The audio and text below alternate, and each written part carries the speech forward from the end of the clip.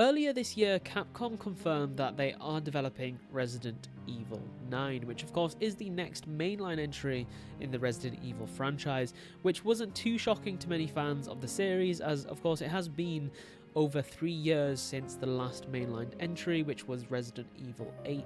And since that brief Resident Evil 9 announcement, the developer has been fairly quiet about any more news regarding this entry, leaving many fans eagerly awaiting any kind of news, updates or teasers that could tell us anything about what we could expect to see in the next entry of this iconic horror franchise.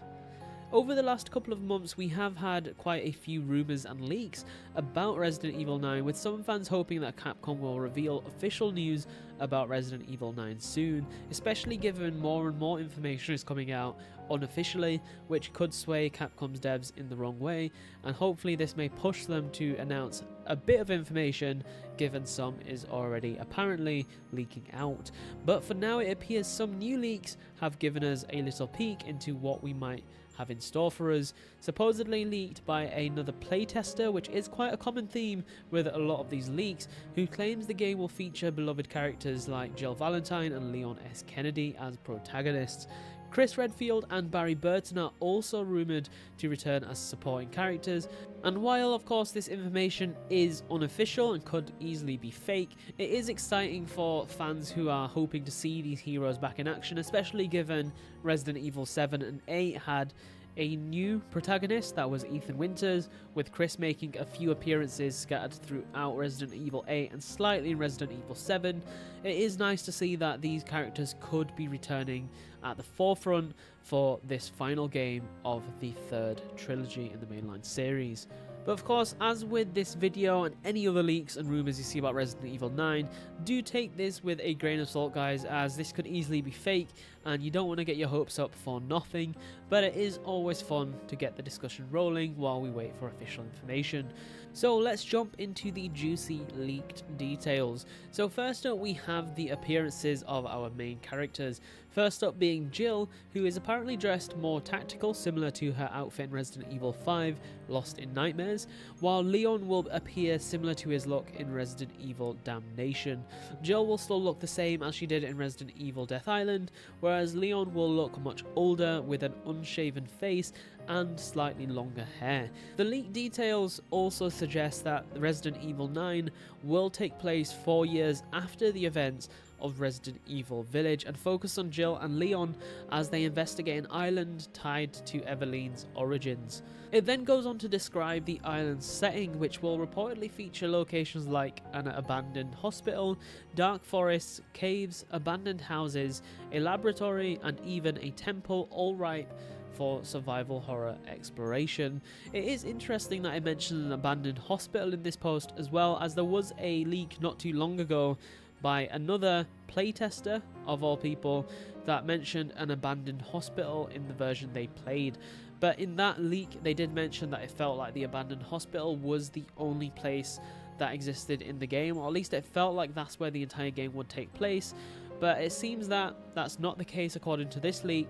But of course, definitely drop your comments down below as to what you would prefer for Resident Evil 9, whether that's like a semi-open world type experience where we have multiple different locations that are fairly large, or if you would prefer a Resident Evil that's just set entirely inside an abandoned hospital. I think the answer is pretty clear for itself what the community would want. I can't really see too many people wanting just an abandoned hospital to be the primary focus of the final Resident Evil game in a trilogy. But of course, do drop your comments down below and I look forward to seeing how the discussion continues. It then goes on to say that the game's main enemy will be an evolved zombie who resides on the island, and they can run and use a variety of melee weapons like knives and axes. I feel like this could split the community as to what the zombie should be like, as this is a very Resident Evil 4-5 type of zombie opposed to Resident Evil 1-3, where we have the more traditional style of enemy type for, of course, a stereotypical zombie. For me personally, I would have preferred a more stereotypical style of zombie where they are more brain dead and they stumble, maybe even run like a World War Z type of zombie, but using weapons I feel like it's going a bit too far. But of course this is just from how I feel the zombies should act. Definitely continue this discussion point down below, and I look forward to seeing what people prefer more, if that's evolved zombies like Resident Evil 4 and 5, or the more standard type of zombie that we saw in Resident Evil 2, 3 and 1. I'm not sure why I went 2, 3 and then 1 instead of 1, 2, 3, but we're going to move with it. And then moving on to the next thing, we have that there is apparently going to be a Stalker type enemy for Leon and a monstrous goat man who targets Jill. And this does refer back to a leak we had a very long time ago that hinted at a Stalker type enemy that was like a goat slash man who would stalk the main character. I'm not sure if at the time we knew it would be Jill. Not that this leak is confirming Jill in any form, but it is pretty interesting to see this leak come back around after such a long time.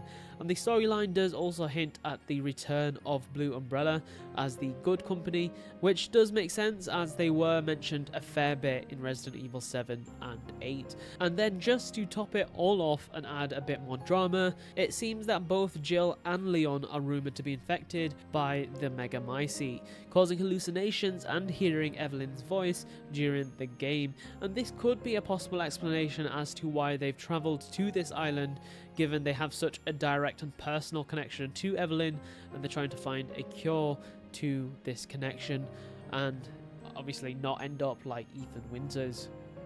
Supporting characters Chris and Barry are also said to offer guidance through radio calls, even hinting at the involvement of Rosemary Winters, Ethan's daughter, which would make sense given the amount of focus she had placed on her with the DLC for Resident Evil 8 Village. And then finally, the leak teases the game's main villain, Mr. Simon, who is overseeing the island's bioweapon production, which does sound pretty sinister, which of course you would expect from a Resident Evil game.